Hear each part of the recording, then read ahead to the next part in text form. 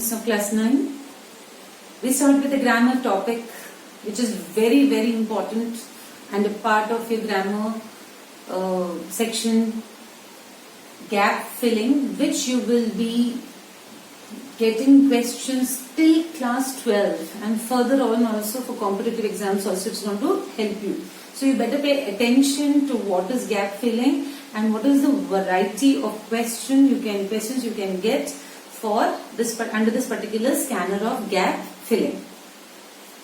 Now, as the word suggests, gap filling, you will be either getting sentences, simple sentences, question wise, and 4 options would be given to fill in the gap, or you'll be getting an entire paragraph where the blanks will be there and then the options would be there behind the blank to fill in. You will get the options. That's the best part of it and the worst part of it also, because when you have the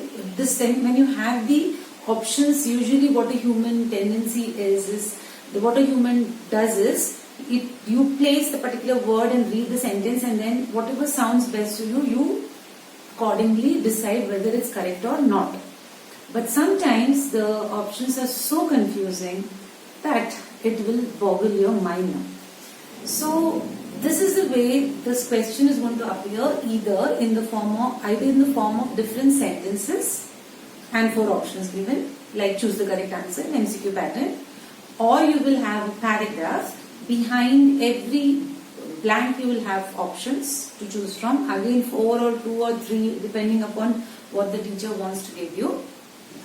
So that is the way the question is going to appear. Now what all will be taken into consideration into gap filling is what I am trying to put up on what I tried to put up on this particular board. Some of them are your favorite topics: voice and reported speech.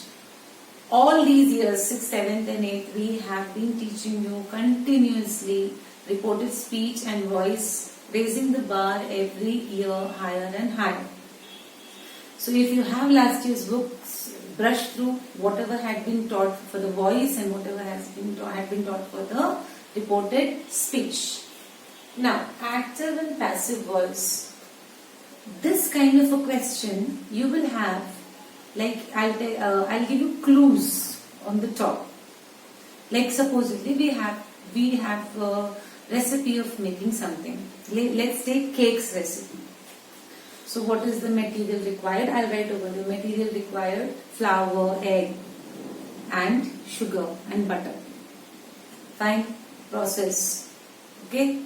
Mixing the dough, adding the eggs to the butter, whipping, incorporating air. These are the points I'm giving you one after the other. It's not a sentence dear. It's not a sentence. And then mixing up, then greasing the pan, greasing the container, preheating the oven, baking the cake for 45 minutes, bake cake for 45 minutes, and then ready to eat. Now whatever I said was not in the form of a sentence. I said it in the form of only points to be noted. After that will come the sentence where majoritively those who have learned from me, I have taught you, when it comes to the recipe of something, the passive voice is used in it. So then you will be given sentences down asking you to fill in the blank by using those words which have been given on the top. You will be given the entire sentence of that particular hint which had been given on the top to tell you what is to be written over there. Now you have to choose the correct passive voice of the verb and then place it in the blank over there. Fine? That's one of the exercises you should be ready to get. A reported speech. An entire dialogue will be given.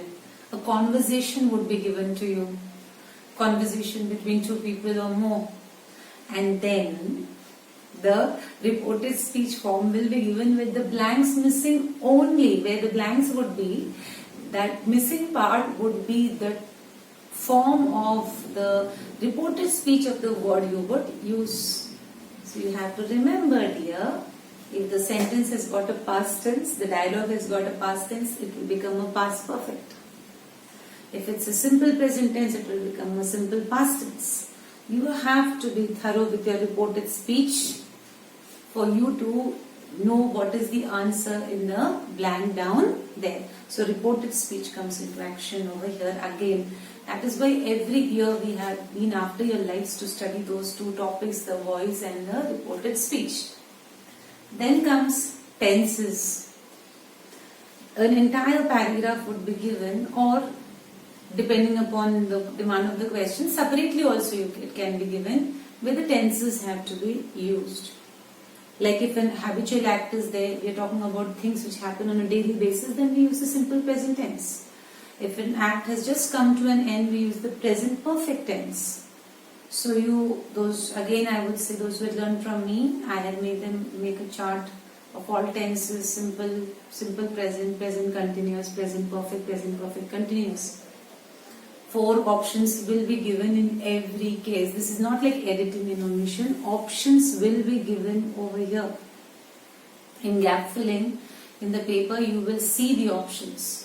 Out of those 4 or 2 or 3, whatever would be the choice from, you have to choose and write the answer in accordance to what tense that particular this thing demands. You'll have to decide what would be the answer. Then comes the paragraph form. Now, these can appear in the paragraph form. An entire paragraph would be given, continuation, like linking what's the second sentence would be definitely in link with the first one. And then you will have missing elements over there. Those are the conjunctions, prepositions and the modal verbs. Is, are, has, have, was, were, had, could. All these would be coming over there. Missing whatever could be missing over there. And again the options would be given in the paragraph. It will be in a horizontal form. Fine, but here you would be finding one under the other ABCD options. Majority this will come in ABCD options. So this also I would say, but this can be incorporated here also. Tenses can be incorporated in conjunctions, prepositions and modal verbs also. So this is how the question would appear. Now this is a general introduction to gap filling. Now I will go one by one. I will teach you how it is to be done. Citing an example of each and every type of exercise which could be possibly given to you in 9th standard under the scanner of gap filling. But you'll have to be well rehearsed, well revised with active and passive voice and reported speech and tenses. These I feel you can pull through. You're good at these, but I doubt over here you need to be, as it is you keep forgetting whatever has been taught. So please revive your memories. Read these 3 back. Take out those books again of last year. Read these 3 and then be be ready over here to face the questions which I will be giving. Now I will be sending to you the questions in Google form with a stipulated period of time, where after that you cannot submit your answers. Not like Google, the classroom over there, where at your whims and fancies you people are submitting. So this would be the requirement of gap filling. I just summarize my lecture that these all could be missing. Options would be given. Sometimes giving of options is a boon, sometimes it's a bane. It's a boon because it makes your life easy by putting it and reading it out and then you coming to know whether it's correct or not. But bane because they are quite confusing. So these will be the missing elements of it. You just have to write the correct option. Question number, correct option. Question number, correct option. Google form, just click and submit. That's it. Okay, do that. For today, I will be just sending you the lecture and the next one, the one example question. I'll do this one first, the paragraph form. Then I'll proceed with the others. Then next I will be giving you the different, in the next lecture I will be teaching you the different other 2 varieties of the questions over here. Thank you. Here's the first example of the gap filling. exercise, which was under the category of conjunctions, prepositions, modal verbs. Fine. So each particular aspect will be taken into consideration, and I will show you an example question and how to solve it. It is actually depending upon the knowledge you've gained from all these years of teaching of English as to what would you choose the answer. But if you go on repeating the sentence, you go on reading the sentence, definitely this answer is going to strike. Okay. So now the first question, you see the Roman number 2 over there. Choose the best word from the options given in the bracket to complete the following passages. So the first one is, most UFO sightings occur dash at, in, on, during.